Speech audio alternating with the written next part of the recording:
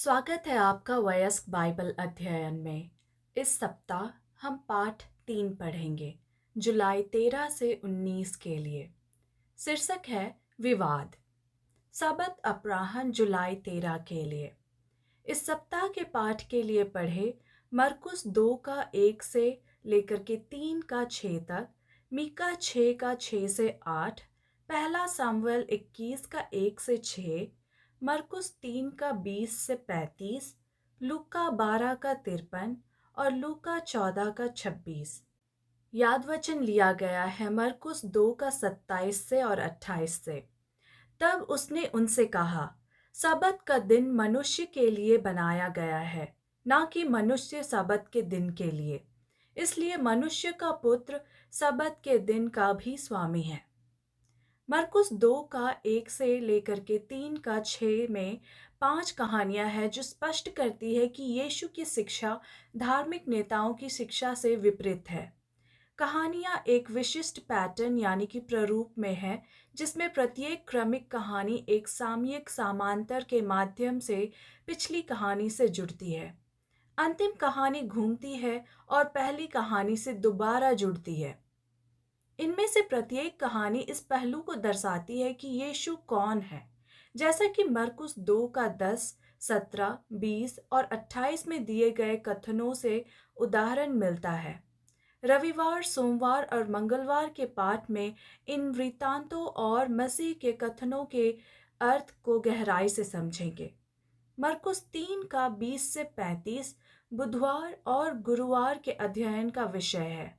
हम जो भी देखेंगे वह उस तकनीक का एक उदाहरण है जिसका उपयोग सुसमाचार लेखक करता है, जिसे सैंडविच स्टोरीज कहा जाता है। यह कथा पैटर्न मरकुस में कम से कम 6 बार दिखाई देता है। प्रत्येक मामले में यीशु के स्वभाव और मसीहा के रूप में उसकी भूमिका या शिष्यत्व की प्रकृति के कुछ महत्वपूर्ण पहलू पर ध्यान केंद्रित किया गया है। इस सप्ताह हम यीशु के बारे में कुछ लेख पढ़ेंगे और देखेंगे कि हम उनसे क्या सीख सकते हैं। रविवार, जुलाई 14 के लिए शीर्षक है एक लकवाग्रस्त व्यक्ति का उपचार। मरकुस 2 का 1 से 12 पढ़े। जब लकवे के रोगी को यीशु के पास लाया गया तो वह क्या ढूंढ रहा था और उसे क्या मिला? वह व्यक्ति लकवाग्रस्त था, इसलिए उसके 4 मित्रों को उसे यीशु के पास ले जाना पड़ा। जब उन्होंने छत तोड़ दी और उस व्यक्ति को यीशु की उपस्थिति में नीचे उतारा, तो मरकुस 2 का 5 में लिखा है कि यीशु ने उनका विश्वास देखा। विश्वास कैसा दिखेगा? प्यार की तरह। यह प्रक्रियाओं में भी दिखाई देने लगता है, जैसा कि मित्रों की जिद खुले आम दर्शाती है। मनुष्य की स्पष्ट आवश्यकता शारीरिक थी। हालांकि जब वह यीशु की उपस्थिति में आता है, तो यीशु द्वारा बोले गए पहले शब्द पापों की क्षमा को संदर्भित करते हैं। पूरे दृश्य में वह व्यक्ति को एक शब्द भी नहीं बोलता है। इसके बजाय यह धार्मिक अगुवे हैं जो यीशु ने अभी जो कहा है उस पर अपने मन में आपत्ति जताते हैं। वे उसके शब्दों को निंदनीय, ईश्वर की निंदा करने वाला और उन विशेषाधिकारों को अपनाना मानते हैं जो केवल ईश्वर के हैं। यीशु आपत्तिकर्ताओं से उनके ही आधार पर तर्क की एक विशिष्ट रब्बी शैली का उपयोग करके मिलता है, जिसे कम से अधिक कहा जाता है। यह कहना एक बात है कि किसी व्यक्ति के पाप क्षमा कर दिए जाते हैं, किसी लकवाग्रस्त व्यक्ति को वास्तव में चलना दूसरी बात है। यदि यीशु मनुष्य को परमेश्वर की शक्ति से चला सकता है, तो पापों को क्षमा करने के उसके दावे को पुष्टि मिलती है। मीका 6 का 6 से 8 पढ़े। यह पाठ कैसे समझाता है कि यीशु और अगुवाओं के बीच क्या हो रहा था? इन धार्मिक अगुवाओं ने उस चीज को नजरअंदाज कर दिया जो वास्तव में मायने रखती थी, न्याय, दया और परमेश्वर के सामने विनम्रता पूर्वक चलना। वे परमेश्वर के बारे में अपनी समझ का बचाव करने के प्रति इतने जुनूनी थे कि वे अपनी आंखों के ठीक सामने परमेश्वर के कार्य के प्रति अंधे हो गए थे। ऐसा कुछ भी संकेत नहीं मिला कि लोगों ने यीशु के बारे में अपना मन बदल लिया।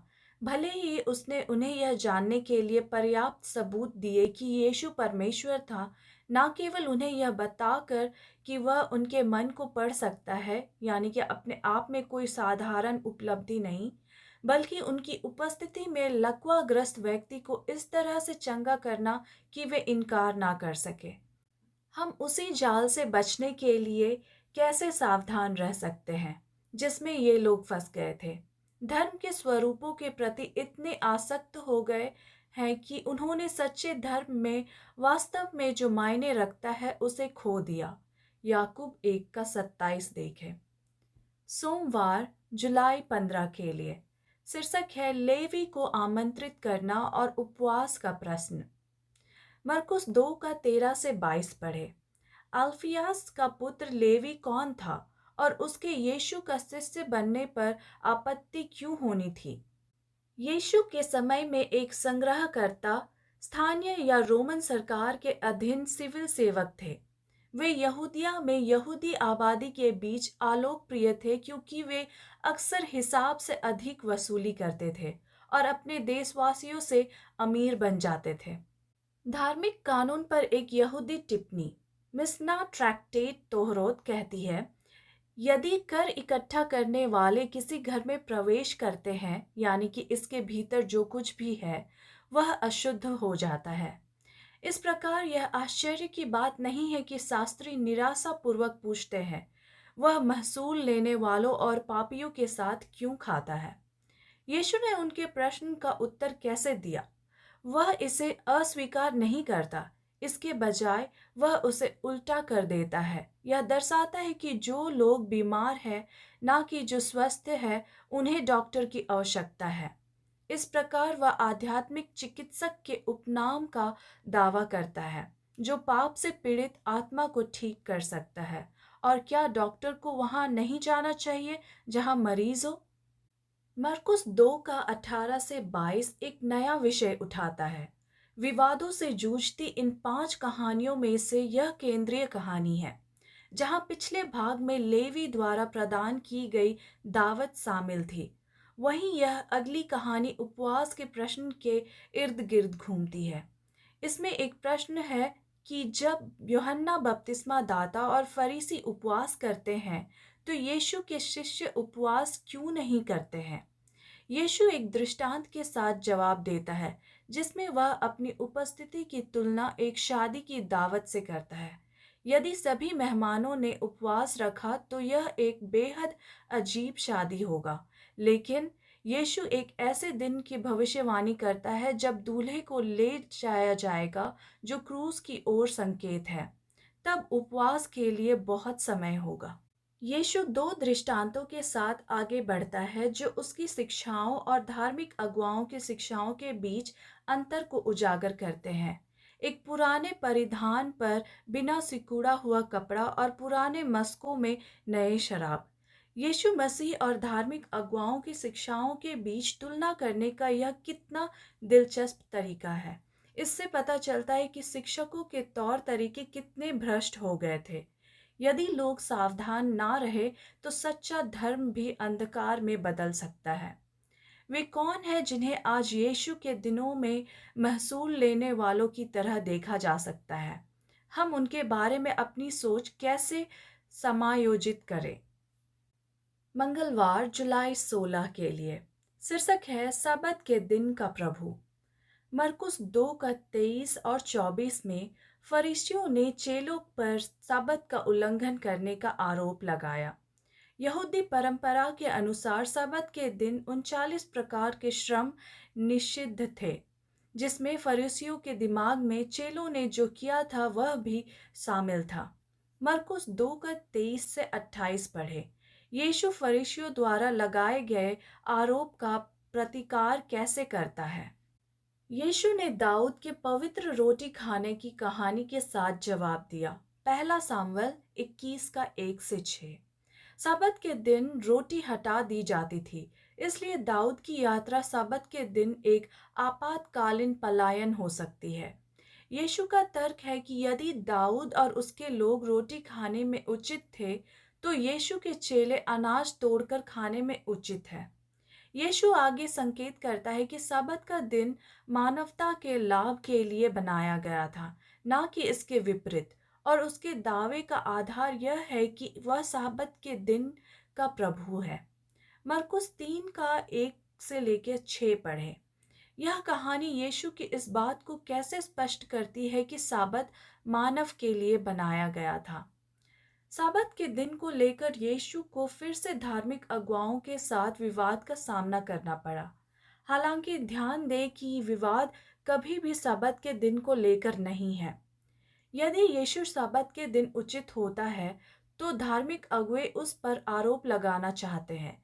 यीशु उनका सामना करने से नहीं कतराता। वह अच्छा करने या नुकसान करने, जीवन बचाने या मरने के बीच एक विरोधाभास स्थापित करता है। उसके प्रश्न का उत्तर स्पष्ट है। चंगा करना और जीवन बचाना सबत गतिविधियों की तरह अधिक उपयुक्त है। यीशु उस व्यक्ति को ठीक करने के लिए आगे बढ़ता है जिससे उसके विरोधी क्रोधित हो जाते हैं, जो तुरंत उसके मारे जाने की योजना बनाना शुरू कर देते हैं। विडंबना यह है कि जो लोग साबत के दिन यीशु को पकड़ने की कोशिश कर रहे थे, वे उसी दिन उसकी मृत्यु की साजिश रचकर स्वयं साबत का दिन तोड़ रहे थे। साबत पालन के कौन से सिद्धांत आप इन वृत्तांतों से और साबत पालन में आधुनिक युग में हमारे सामने आने वाली चुनौतियों से सीख सकते हैं?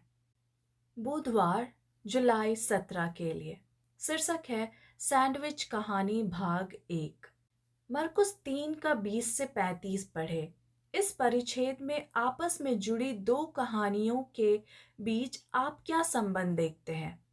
यह अनुच्छेद मरकुस की पहली सैंडविच स्टोरी है, जहां एक कहानी शुरू होती है और फिर दूसरी कहानी से बाधित हो जाती है। पहली कहानी उसके बाद ही पूरी होती है। बाहरी कहानी यीशु के रिश्तेदारों के बारे में है जो उसकी जिम्मेदारी लेने के लिए निकले हैं क्योंकि उन्हें लगता है कि वह उसके दिमाग से बाहर है। मरकुस 3 का 21। आंतरिक कहानी यरूशलेम के शास्त्रियों द्वारा यीशु पर शैतान के साथ मिली भगत का आरोप लगाने के बारे में है। यानी कि आज का अध्ययन मरकुस 3 का 22 से लेकर 30 में पाई गई आंतरिक कहानी पर केंद्रित है। मरकुस 3 का 22 में शास्त्री यह आरोप लगाते हैं कि यीशु की चंगाई शक्ति शैतान से आती है। यीशु ने सबसे पहले एक व्यापक प्रश्न के साथ उत्तर दिया, शैतान शैतान को कैसे बाहर निकाल सकता है? इसका कोई मतलब नहीं है कि शैतान स्वयं के विरुद्ध कार्य करेगा। यीशु एक राज्य, एक घर और स्वयं शैतान के भीतर विभाजन के बारे में बात करता है, यह दिखाते हुए कि उसकी सफलता के लिए ऐसा विभाजन कितना बेतुका होगा। लेकिन फिर प्रभु पासा पलट देता है और एक मजबूत आदमी को उसके घर को लूटने के लिए बांधने की बात करता है। इस अंतिम उदाहरण में यीशु शैतान के घर में प्रवेश करने वाला एक चोर है जो अपने बंदियों को मुक्त करने के लिए अंधेरे के राजकुमार को बांध रहा है। मरकुस 3 का 28 से 30 पढ़े। अक्षमय पाप क्या है और इसका अर्थ क्या है? अक्षमय पाप पवित्र आत्मा के विरुद्ध पाप है, जो आत्मा के कार्य को शैतान का कार्य कहता है। ध्यान दें कि मरकुस 3 का 30 में यीशु ने मरकुस 3 का 28 और 29 में अपना बयान इसलिए दिया क्योंकि शास्त्री कह रहे हैं कि उसमें अशुद्ध आत्मा है, जबकि वास्तव में उसके पास पवित्र आत्मा है। यदि आप पवित्र आत्मा के कार्य को शैतान का कार्य कहते हैं, तो आप पवित्र आत्मा की बात को नहीं सुनेंगे, क्योंकि सही दिमाग वाला कोई भी व्यक्ति शैतान के मार्गदर्शन का पालन नहीं करना चाहता है। यह डर क्यों प्रकट होता है कि आपने अक्षमय पाप किया होगा कि आपने वह पाप नहीं किया है? डर ही इस बात का सबूत क्यों है कि आपने ऐसा नहीं किया है? बृहस्पतिवार, जुलाई 18 के लिए सैंडविच कहानी भाग 2। मरकुस 3 का 20 और 21 पढ़ें। किस अनुभव के कारण यीशु के परिवार ने उसे अपने दिमाग से बाहर मान लिया? मानसिक अस्थिरता का आरोप काफी गंभीर है। आमतौर पर यह उन अनुभवों से उत्पन्न होता है जहाँ कोई व्यक्ति अपनी सुरक्षा के लिए खतरा होता है। यीशु के परिवार ने उसके बारे में ऐसा महसूस किया क्योंकि वह इतना व्यस्त था कि उसे खाने के लिए रुकने का समय नहीं मिला। वे उसके जिम्मेदारी लेने के लिए निकल पड़े और यहीं पर सैंडविच की बाहरी कहानी टूट जाती है। आंतरिक कहानी बाधित हो जाती है। शास्त्रियों द्वारा यीशु पर शैतान के साथ मिली भगत का आरोप लगाने की कहानी। इस सैंडविच स्टोरी के बाहरी और भीतरी कहानियों के बीच एक अजीब समानता मौजूद है। ऐसा प्रतीत होता है कि यीशु का अपना परिवार उसके बारे में शास्त्रियों के समान दृष्टिकोण रखता है। परिवार का कहना है कि वह पागल है। शास्त्रियों का कहना है कि वह शैतान के साथ मिला हुआ है। मरकुस 3 का 31 से 35 पढ़े। यीशु का परिवार क्या चाहता है और वह कैसे प्रतिक्रिया देता है। यह दृश्य अजीब लग सकता है यदि आपकी माँ या परिवार के अन्य सदस्य आपसे मिलने आते हैं, तो क्या आपको उनसे नहीं मिलना चाहिए? समस्या यह थी कि उस समय यीशु का परिवार परमेश्वर की इच्छा के अनुरूप नहीं था। यीशु ने उस सत्य को पहचाना और इस परिच्छेद में परिवार को पुनः परिभाषित किया। जो लोग परमेश्वर की इच्छा पर चलते हैं, वे उसके भाई, बहन और माँ हैं। वह परमेश्वर का पुत्र है और जो लोग स्वयं को परमेश्वर की इच्छा के अनुरूप बनाते हैं, वे उसका परिवार बन जाते हैं। इस मरकुस की सैंडविच स्टोरी की दो कहानियां मिलकर एक गहरी विडंबना को समेटे हुए हैं। आंतरिक कहानी में यीशु कहता है कि एक घर जो आपस में विभाजित है, खड़ा नहीं रह सकता। पहली नज़र में ऐसा लगता है कि बाहरी कहानी में यीशु का अपना घर, उसका परिवार अपने ही खिलाफ बटा हुआ है। लेकिन यीशु ने परिवार की पुनर्परिभाषा द्वारा इस पहेली को हल कर दिया। उसका वास्तविक परिवार वे है जो परमेश्वर की इच्छा को उसके साथ पूरा करते हैं। देखें लूका 12 का 53, लूका 14 का 26। पूरे इतिहास में कई बार मसीहियों ने खुद को अपने ही रिश्तेदारों से अलग थलग पाया है। यह एक कठिन अनुभव है। मरकुस के इस अंश से पता चलता है कि यीशु भी उसी परेशानी से गुजरा था। वह समझता है कि यह कैसा है और उन लोगों को सांत्वना दे सकता है जो अक्सर इस दर्दनाक अलगाव को महसूस करते हैं।